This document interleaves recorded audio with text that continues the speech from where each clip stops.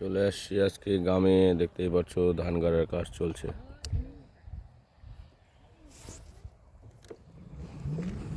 এদিকে ধান গাড়া হয়ে গেছে।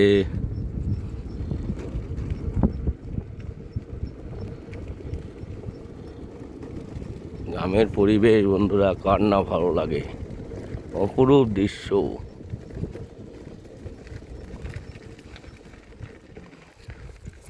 অপরূপ সৌন্দর্য।